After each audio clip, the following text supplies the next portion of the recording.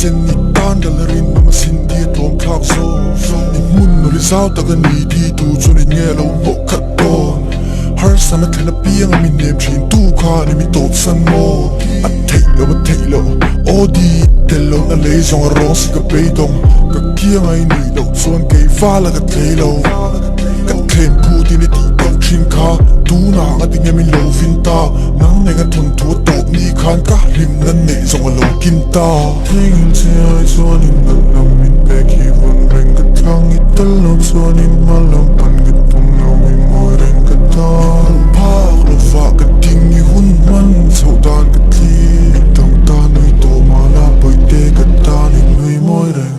tan ka chuan kan nei em kim ka chan wang ta se thing in ka wang poi te tan chuan nang ma ka kim kan na chi nei ma tu ma se ki ta ne ro poi te sang lo tan ka chuan kan nei em kim ka chan wang ta se thing in ka wang poi te tan chuan nang ma ka kim kan na chi nei ma tu ma se ki ta ne ro poi te sang lo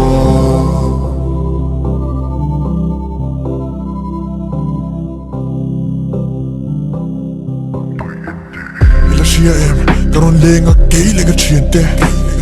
an hu lo no tur mun kan pan ruwa tin bia tu kan thiam te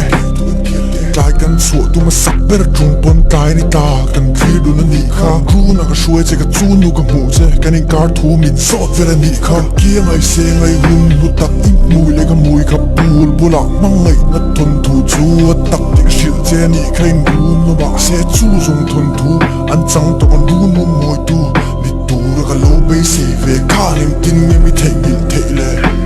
make up tin lo pun in mel tha di du pun nan du sai che ta ni sa su wo ta sa se la ta mi pe na bi ru te ka chim to su a chan su di nang pu ga ngam lo min ka san nu po hian mi tu po hi tu cho la lung zo i tum sak thei ka chiang tan ka chuan kan nei em kim ka chan hon ta se thing in ka wang oi te tan chuan nang ma tu kim kan na chi nei ma ko ma se ki ta ne ro oi te sang lo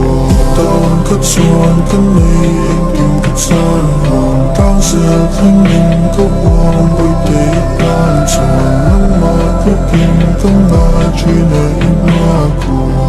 ma se ki ta ne ro oi te sang lo